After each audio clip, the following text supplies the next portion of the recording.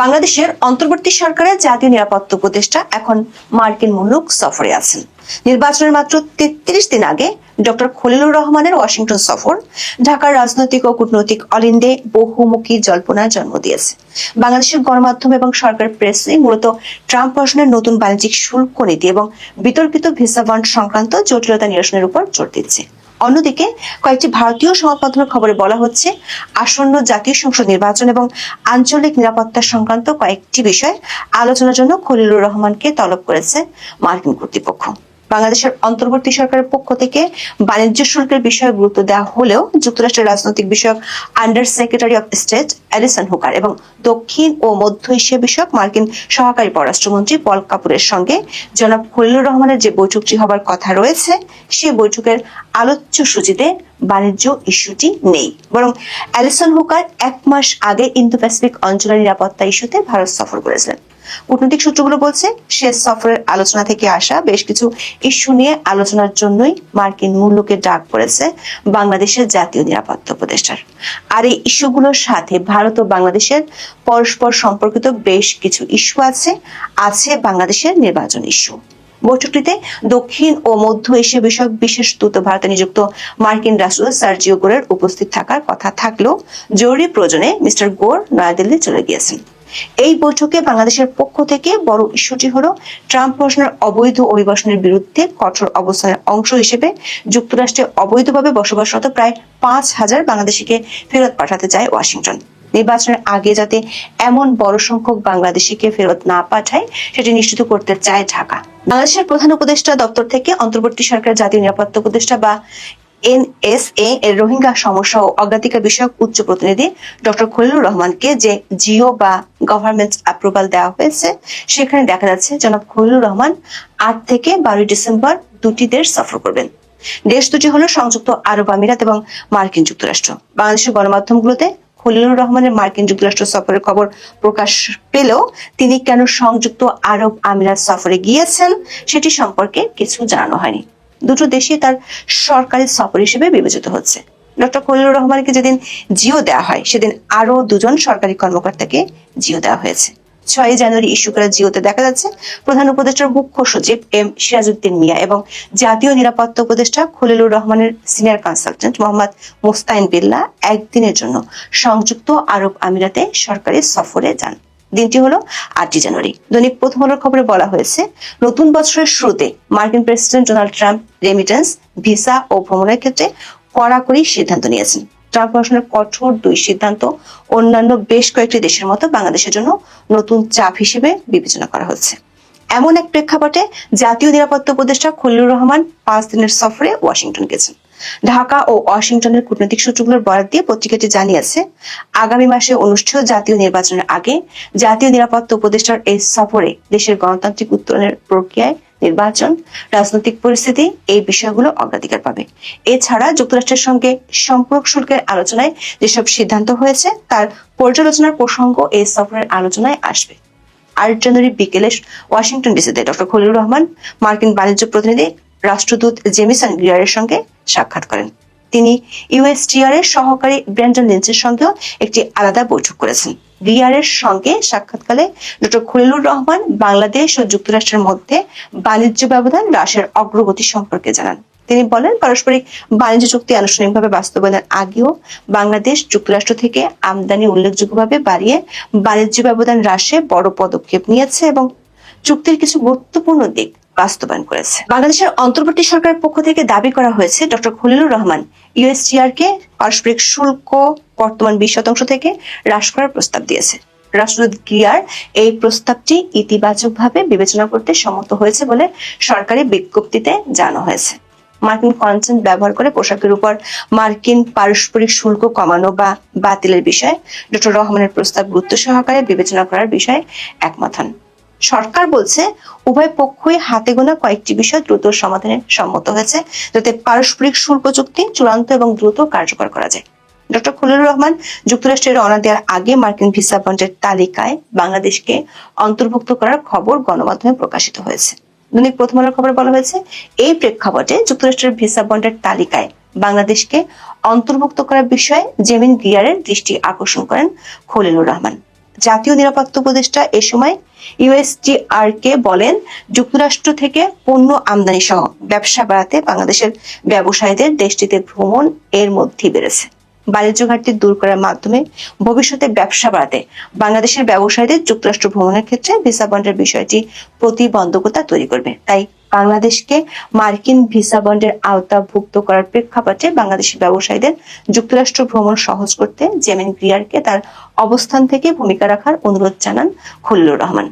দর্শক, বাংলাদেশের বর্তমান অন্তর্বর্তী সরকারের জন্য ভিসা বন্ডের চেয়ে আরো কিছু বড় মাথা ব্যথার বিষয় আছে। তার একটি হলো, সরকারিভাবে ওয়াশিংটন ঢাকাকে জানিয়ে দিয়েছে যুক্তরাষ্ট্রে অবৈধভাবে বসবাসরত প্রায় 5,000 বাংলাদেশিকে ফেরত পাঠাতে চায় ওয়াশিংটন। ট্রাম্প প্রশাসনের অবৈধ অভিবাসনের বিরুদ্ধে কঠোর অবস্থানের অংশ হিসেবে এই উদ্যোগ নেওয়া হচ্ছে। মার্কিন সরকারের হিসাব অনুযায়ী গত 1 বছরে প্রায় 300 বাংলাদেশিকে যুক্তরাষ্ট্র ফেরত পাঠিয়েছে। আরো 300 বর্তমানে ফেরত পাঠানোর যোগ্য। এছাড়া আনুমানিক 4,000 বাংলাদেশি অনিয়মিত অবস্থায় যুক্তরাষ্ট্রে বসবাস করছেন, যাদের মামলা আদালতে বিচারাধীন। ডেইলি স্টারের খবরে বলা হয়েছে, প্রত্যাবাসন প্রক্রিয়া দ্রুত করার চেষ্টা করা হচ্ছে।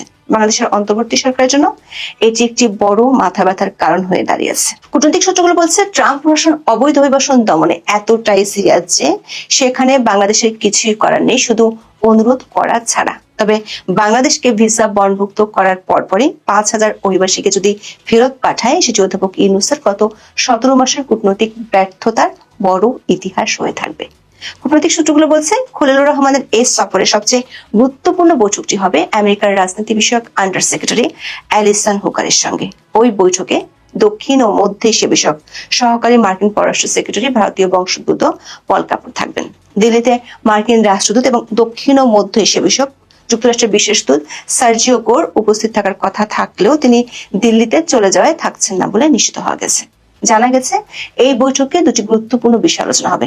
একটি হলো বাংলাদেশের নির্বাচন, আরেকটি হলো ইন্দো প্যাসিফিক অঞ্চলের আঞ্চলিক নিরাপত্তা ইস্যুতে বাংলাদেশের ভূমিকা।